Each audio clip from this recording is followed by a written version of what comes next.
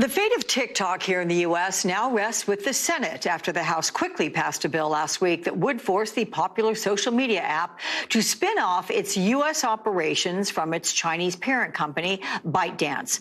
But while the bill sailed through the House with bipartisan approval, Democrats who voted against it say other legislation may be more effective at addressing their national security concerns. Let's ban any data going to a foreign country and protect American data. Second, let's ban any foreign interference in a social media app, whether that's TikTok or another app. And by the way, those laws would also cover data brokers, which are selling data to Chinese companies. So this bill is not actually addressing the issue. I'm joined now by a co-sponsor of the TikTok bill, Democratic Congressman from Massachusetts, Jake Auchincloss. It's good to see you again. Thanks for joining me on this Sunday, Congressman. So a bit earlier, I spoke with two of your fellow Democrats who voted against the bill. You just heard Ro Khanna there, too.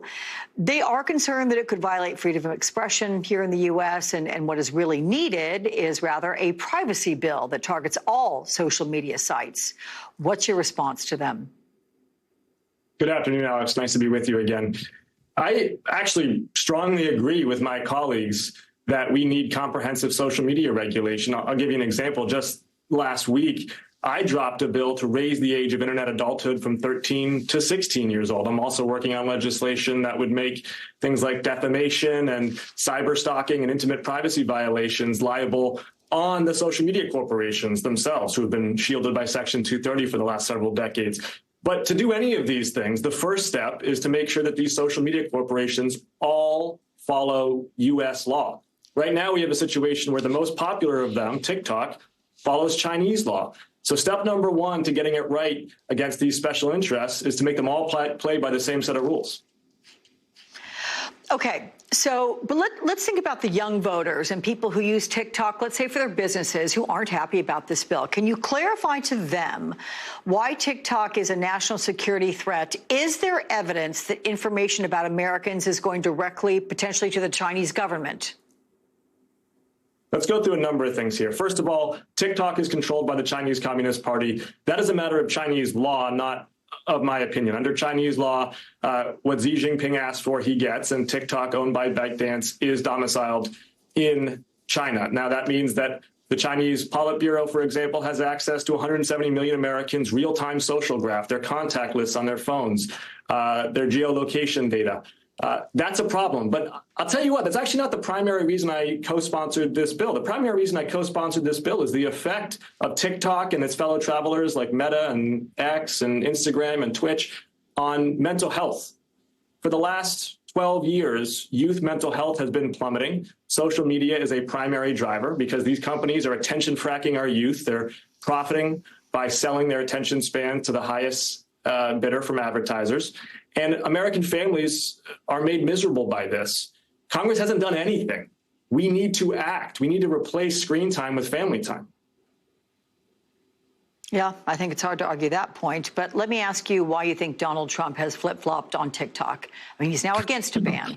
Is that all political? Well, what's that about? He talked to a big investor who has a monetary interest in this. And I think we all know Donald Trump puts his financial interests ahead of the public interest. I'm not going to try to get inside his mind more than that. I do, though, Alex, want to address the freedom of speech issue that you did raise, because I think that's important, and I take very seriously that argument. I've spent 10 years in public life, and I have defended unpopular speech. I will continue to do so. There's a distinction, though, between freedom of speech and freedom of reach.